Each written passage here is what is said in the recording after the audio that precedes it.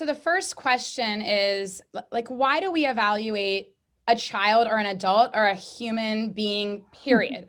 What is the reason that we evaluate? It's not, I'll look at reports and I'm not even the parent and it'll depress me because sometimes it's just a list of weaknesses, just a list of where the student is low average, severely low.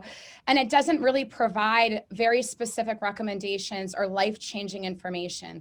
The purpose of evaluating anybody is to make somebody's life better. Mm-hmm. Let's keep it very simple, to understand a human being better so that we can make their life, their happiness, and their meaningful contribution in this world better. Mm-hmm.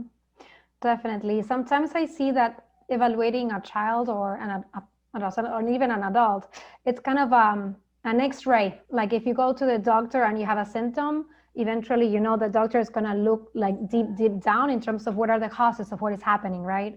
And when I see like a comprehensive evaluation, it's kind of the X-ray of understanding the learning process of that person.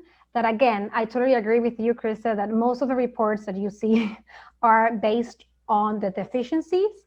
And that's why I kind of have like a strength approach in which definitely the areas of weaknesses are important in order to know what's not working.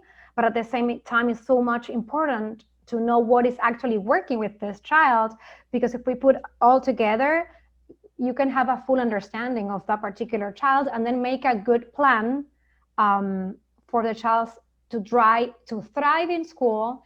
And it's kind of, I would say that the evaluation is just the first step towards that change. It's not the end point, right? And sometimes I see that some parents will see the evaluation as if it's the end point. Okay, now I got here and that's it. No, actually, this is going to be the first step towards helping your child become a better learner, basically. And that it's not just about identifying, it is about identifying the strengths and weaknesses of the individual, but it's also about modifying the methodology of the educators and the parents, right? Mm-hmm. Yeah. I always say, even with behavior intervention plans, it's more about the adults than it is about the child, right?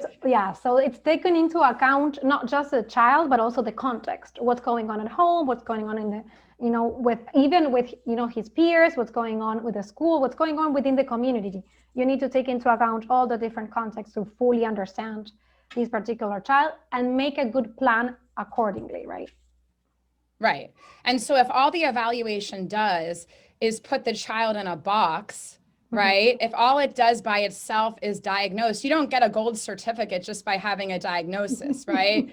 If that's all that it does and list off average, weak, low, severely low, it doesn't really do much at all. And we'll get deeper into that as we go on. No, definitely. And then even if you say ADHD, one person with the ADHD label will be so much different next to the other ADHD label that you really need to understand what's the individualistic characteristic of that particular person in order to make changes.